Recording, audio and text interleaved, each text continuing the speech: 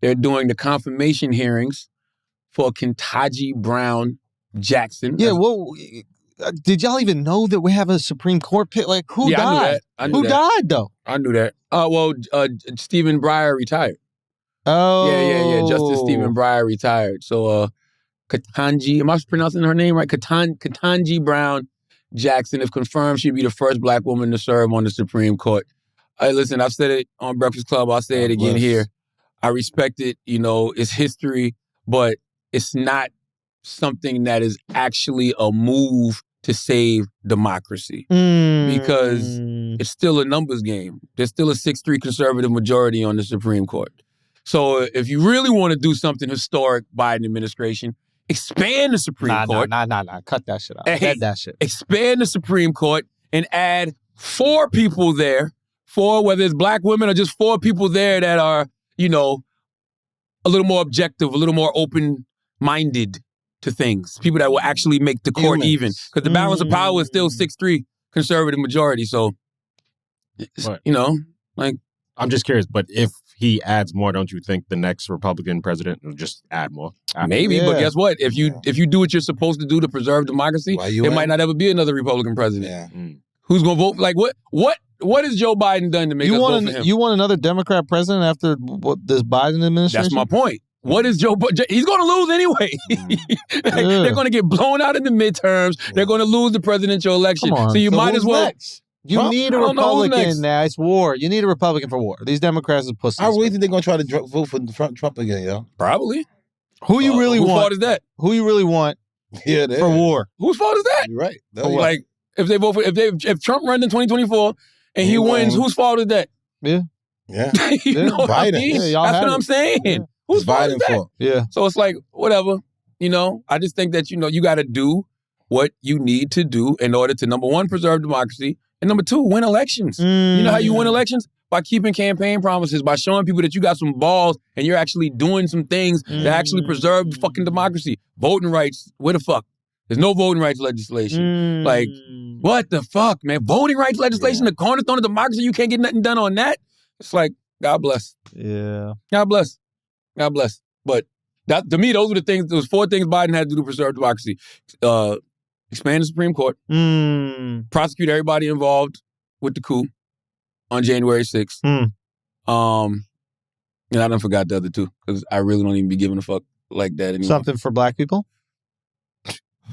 Yeah. Protect voting rights. Voting rights legislation was the 3rd one. So that is definitely something for black people.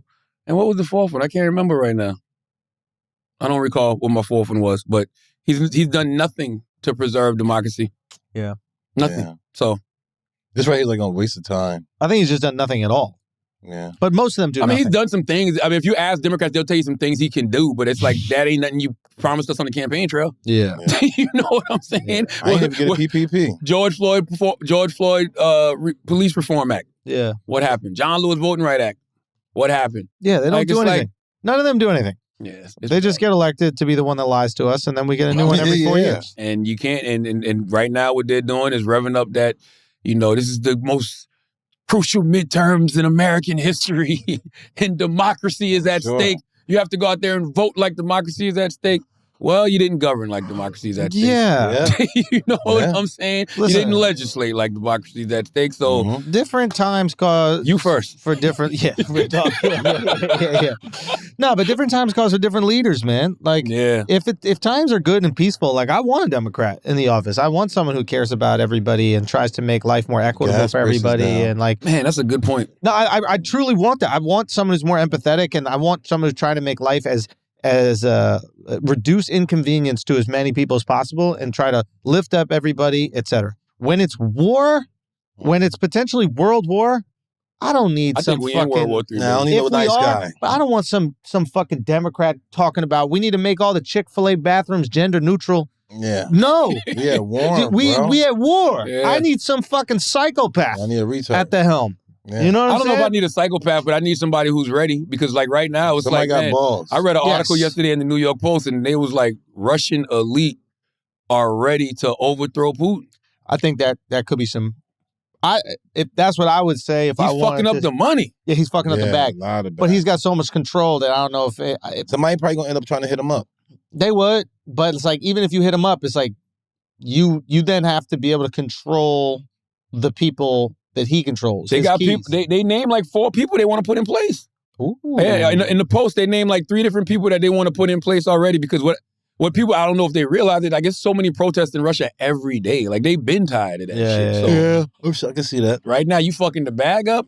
Because I guess the people are upset because the oligarchs are taking all the natural wealth out of the country, right? And they didn't really earn the rights to that wealth. They bought it for pennies on the dollar. So instead of all that gas money going to the people, instead of like all the timber going to the people, the aluminum going to the people, or at least more of it going to the people, it's just going to these extremely wealthy dudes. And then Putin gets a piece of everything that are going to them. And that's the deal he has with them. Mm-hmm. So basically it's like, okay, you want all the aluminum rights? Sure. You got to cut me off my little piece and I'll make sure that you're good. I just don't understand why we playing about these nukes. I know. Like Trump is out here like, yo, Putin's throwing around the N-word. And people think he's talking about racial slurs. You know what I mean? It's like, yo, don't fucking undersell that. Yeah, with the hard R. Don't say like, what you mean the N-word? No, he's throwing out with the hard R. Well, why are we playing with this? Nukes. He's basically said, I got my nukes off safety. I read something the other day where they was like, he sent his family to an underground city in suburbia and he's already doing fucking nuclear evacuation. Just why are we playing with this? The thought of this. Hit him up. That don't scare you? I know it does. Just when we got money, too. I got Just when we got fucking money. I'm out here blinging. You know what I mean? Like, motherfucker want to destroy everything before I can go flex on these hoes. Hey, man, we be like drug dealers. We be in heaven like, yo, man, we balled when we balled, though. We had it, though, right? Now you got to go get some babies. It was a short run, but we balled. Yeah, sure.